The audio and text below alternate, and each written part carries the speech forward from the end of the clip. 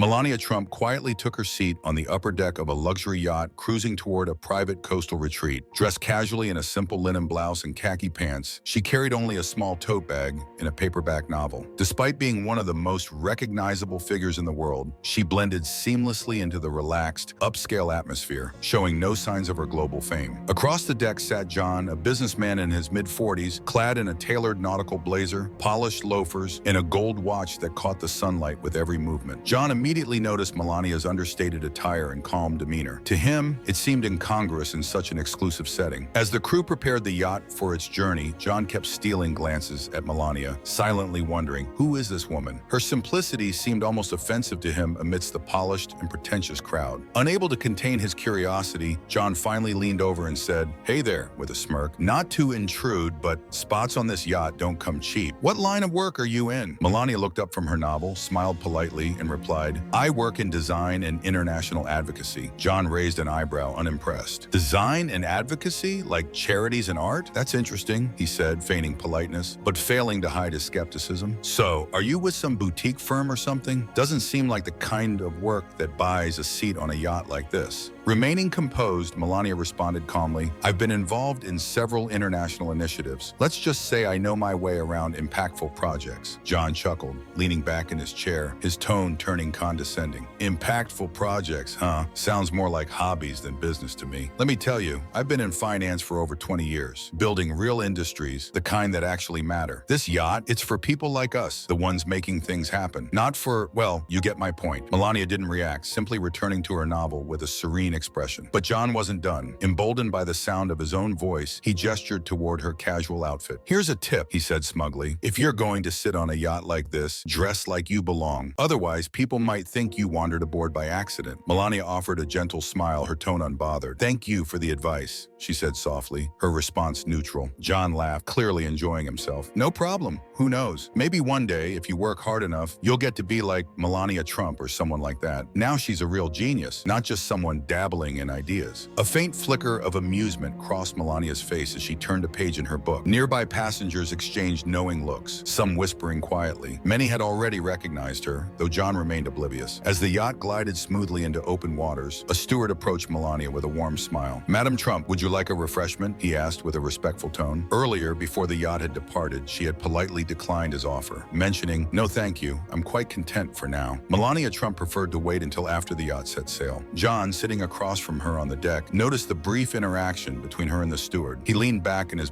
cushioned chair, a curious smirk forming on his face. His piercing blue eyes shifted from Melania to the steward and back again. The subtle respect in the steward's demeanor toward her intrigued him. Deciding to probe further, John leaned forward once more. "So, international advocacy, huh?" he asked, his tone heavy with skepticism. "You're really serious about that? Doesn't seem like the kind of thing people actually make money from." Melania glanced up from her novel, her composed features calm and unbothered. "It's not about making money," she said simply. "It's about creating a better world for the next generation." John laughed, shaking his head in disbelief. "A better world? Come on, that sounds like something out of a fairy tale." He gestured broadly with one hand, the gold watch on his wrist catching the late afternoon sunlight. "Real industries are about profits and tangible results, not fantasies and idealism." A faint smile crossed Melania's lips as she returned to her book, choosing not to respond. Passengers lounging nearby began to take notice. Some exchanged knowing glances, whispering quietly among themselves. A few seemed to recognize Melania but remained silent, watching the exchange unfold. Feeling emboldened by her lack of response, John pressed on. "Listen," he said, his voice dropping slightly as if he were sharing an important secret. "You've got ambition, I'll give you that, but ambition without results, that's just wasted potential." He adjusted the lapel of his blazer, ensuring his outfit maintained its impeccable appearance. Moments later, the steward returned, carrying a silver tray. He addressed Melania directly, his tone courteous and professional. "Madam Trump, your preferred meal has been prepared. Shall I serve it now or once we're further out to sea?" John froze, his jaw dropping. "Wait, did you just say Trump, as in Melania Trump?" The steward gave a polite nod, his expression amused. "Yes, sir," he replied. "This is Madam Melania Trump. He turned back to Melania, his professional tone unchanged. "I'll serve your meal once you've settled in, as you requested." With that, he walked away, leaving John utterly speechless. The whispers among the other passengers grew louder. A few discreetly reached for their phones, angling them carefully to snap photos of Melania from afar. John's face turned bright red as realization dawned. He stammered, struggling to regain his composure. I didn't realize. I didn't know," he mumbled, his usual confidence now completely gone. Melania leaned back in her chair, her expression serene and unbothered. "That's okay," she said in an even tone. "People often judge based on appearances. It's a common mistake." John forced a nervous laugh, his earlier smugness vanishing. "Oh, well,